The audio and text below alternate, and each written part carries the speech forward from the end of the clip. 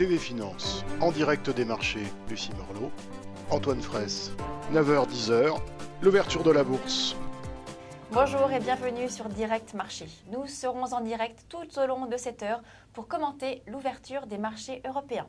Nous recevrons dans quelques instants Valérie Gastaldi, responsable de la stratégie chez Day by Day. Également avec nous plusieurs traders, David Lingman de Plant Trading, Benoît Rousseau de Handlil et Jean-Louis Cussac de Perceval Finance.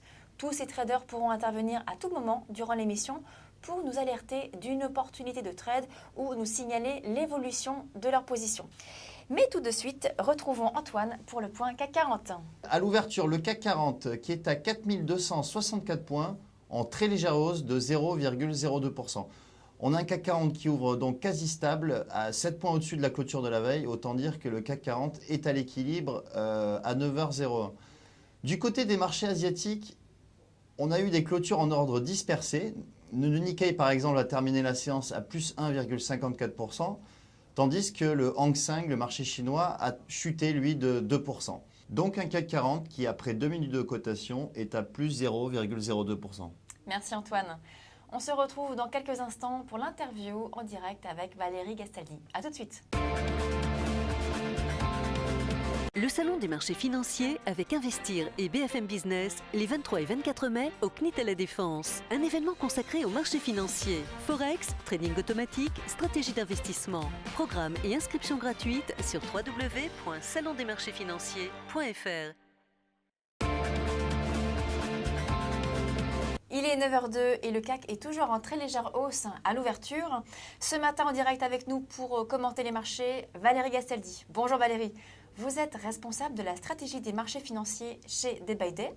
Vous êtes diplômé d'analyse technique au Royaume-Uni et en France et avez été nommé à plusieurs reprises meilleur analyste technique de l'année. Alors, vous nous avez dit il y a quelques jours que le CAC 40 risquait de corriger si le cours venait à casser le support de 4350 points. C'est ce qui s'est passé, notamment avec les événements en Russie.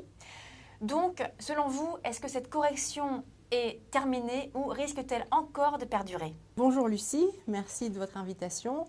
Écoutez, pour le moment, je conserve un biais légèrement baissier en effet sur le CAC 40. On a enfoncé 4350 et puis surtout mercredi soir, après la réunion de la Fed, les marchés américains et principalement les marchés de taux ont réagi avec des taux qui sont remontés.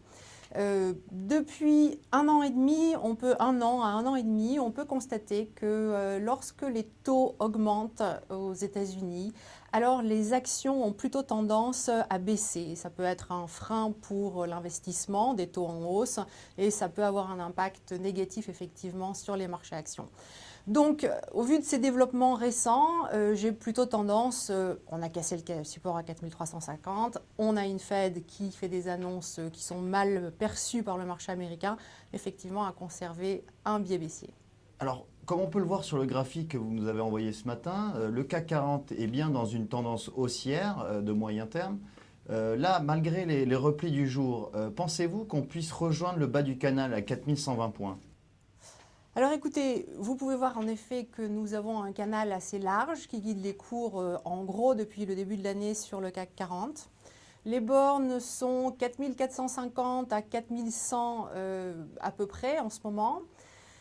Début du mois de mars, on a testé la borne haute, on s'est replié. Quand on a enfoncé 4350, on a ouvert un gap baissier assez large et la reprise qu'on a eue au cours des derniers jours, enfin en début de semaine, n'a pas permis de fermer ce gap. Vous pourrez constater, si vous regardez de près, qu'il reste 2 points d'ouvert sur ce gap. Et donc, tant que ce gap reste ouvert, c'est un signe de faiblesse et je dois plutôt privilégier le fait que les prix se replient jusqu'au bas du canal, c'est-à-dire à 4100, avant d'avoir la possibilité d'un rebond un peu plus dynamique. Alors Antoine, y a-t-il des statistiques de marché susceptibles de déclencher ce mouvement ? Sur le front des statistiques macroéconomiques, nous allons avoir aujourd'hui en Europe l'indice de confiance des consommateurs qui interviendra à 16h. Aux États-Unis, durant l'après-midi, nous allons avoir l'intervention de 2 membres de la Fed qui sera particulièrement écoutée par les investisseurs après les propos tenus par Janet Yellen mercredi. Et enfin, l'expiration des options, la fameuse journée des 3 sorcières qui interviendra en fin de journée également et qui provoquera sûrement de la volatilité sur les marchés. Valérie, donc comme on vient de le voir, plusieurs éléments macroéconomiques susceptibles de faire bouger les marchés aujourd'hui. De votre côté, avez-vous une anticipation pour le CAC 40 pour les heures qui viennent ? Écoutez Lucie, du côté de l'analyse technique, c'est vraiment la même chose que quand on lit les listes d'indicateurs qui sont attendus pour aujourd'hui. Il n'y a pas grand-chose à mettre en avant. Cela fait plusieurs jours en fait qu'on a testé une résistance à 4330 qui retient les cours, qui nous stoppe dans notre progression. C'est toujours ce que l'on peut attendre pour aujourd'hui. Et à l'opposé, à 4260, on a un support qui a été testé aussi à plusieurs reprises et il y a peu de chances un vendredi en fin de semaine qu'on arrive à l'enfoncer. Donc c'est ce qu'on appelle du trading range pour ce vendredi et cette clôture de semaine. Pas grand-chose de nouveau. Merci Valérie, vous restez avec nous car on se retrouve dans quelques instants après la pub.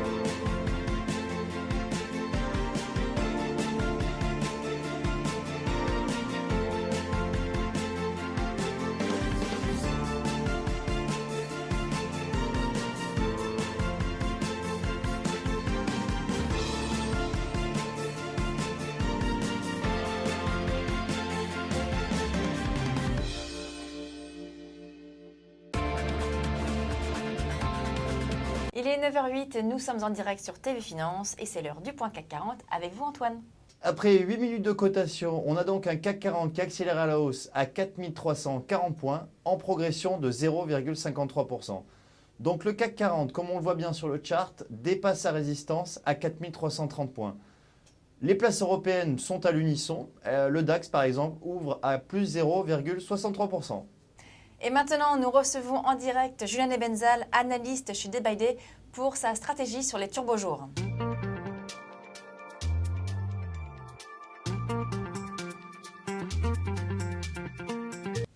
Bonjour Julien. Alors le CAC 40 est assez agité depuis quelques jours. Quelles sont les opportunités pour profiter de cette activité avec les turbojours ? Effectivement, bonjour Lucie, bonjour Antoine, le CAC 40 est assez agité, il y a eu les événements en Ukraine évidemment, il y a eu aussi la situation économique chinoise et puis plus récemment la décision de la Banque centrale américaine. Bref, on a des oscillations assez rapides, assez violentes, entre 4182,5, c'est le support qu'on voit bien sur le graphique, et puis la résistance à 4330 points. Donc entre ces deux bornes, bien l'évolution rapide pourrait continuer, ce qui veut dire que les investisseurs qui ont un sentiment haussier pourront choisir des turbo-calls jour avec une barrière en dessous de 4182,5, par exemple 4175, c'est assez adapté. Et puis pour des investisseurs qui auraient un sentiment baissier, peut-être d'attendre que le marché se rapproche des 4320 points et puis de prendre à ce moment-là un turbo jour put qui aurait une barrière supérieure à 4350. Je pense qu'idéalement 4375 serait assez adapté et permettrait un levier relativement intéressant. Donc effectivement, comme vous le mentionnez sur le graphe du CAC 40, et on le voit bien actuellement, on a le seuil de retracement des 50% et donc un niveau à 4260 points. Si ce niveau casse, qu'est-ce que vous préconisez comme objectif, Julien ? Vous avez raison, hein, c'est un seuil très important. En fait, c'est la moitié de l'impulsion, c'est la médiane entre le point haut et le point bas que je décrivais. Il va de soi qu'au-dessus de ce niveau, la tendance reste plutôt bonne et qu'en cas de rupture, on irait chercher des supports plus bas. Alors le premier support est à 4235 points. Il est peu probable que ce support tienne. Il faudra le surveiller, mais compte tenu de la dynamique qui sera en place, il est plus probable d'assister à un test de 4182,5. Ce qui veut dire en termes de stratégie que si on assiste à une rupture de 4260, la stratégie d'achat de turbo jour put, toujours avec une barrière à 4350 ou 4375, pourrait se révéler assez pertinente. Voilà, donc on serait dans ce scénario plutôt baissier, avec retour à 4182,5 en cas de rupture du seuil de 50% à 4260. Merci Julien et à demain pour un nouveau point sur les turbojours. Nous allons rester encore quelques instants sur les produits de bourse et voir avec vous Antoine quels sont les produits que l'on peut utiliser pour profiter de la volatilité actuelle. Alors, on voit bien sur l'écran le site de Boursorama qui propose la liste des produits dérivés. Les plus connus par les investisseurs sont les varans. Ils proposent des stratégies à court et moyen terme. Donc, à quoi ils servent ces produits dérivés? Ils servent essentiellement à couvrir les portefeuilles des clients contre les variations de marché. Alors, on voit bien la liste des produits. On a notamment les varans, mais également les turbos et les certificats, mais aussi les autres produits à effet de levier, comme les capés, les florets ou les 100%. Donc, il existe une grande diversité de produits dérivés et on verra par la suite les stratégies pour les utiliser. Valérie Gastaldi, vous êtes toujours en direct avec nous. Donc, comme on vient de le voir, il existe une multitude de produits de bourse. Est-ce que de votre côté, vous recommandez certains produits ? Alors oui, effectivement, il y a une multitude de produits financiers différents pour tous les investisseurs sur tous les horizons de temps. Personnellement, j'interviens plus fréquemment sur les ETF, aussi appelés trackers. Ce sont des outils adaptés pour les investisseurs de moyen terme et ce sont auprès d'eux que je m'exprime le plus fréquemment. Merci Valérie. On se retrouve dans quelques instants pour la suite du programme avec notamment un focus sur les actions à suivre ce matin. À tout de suite.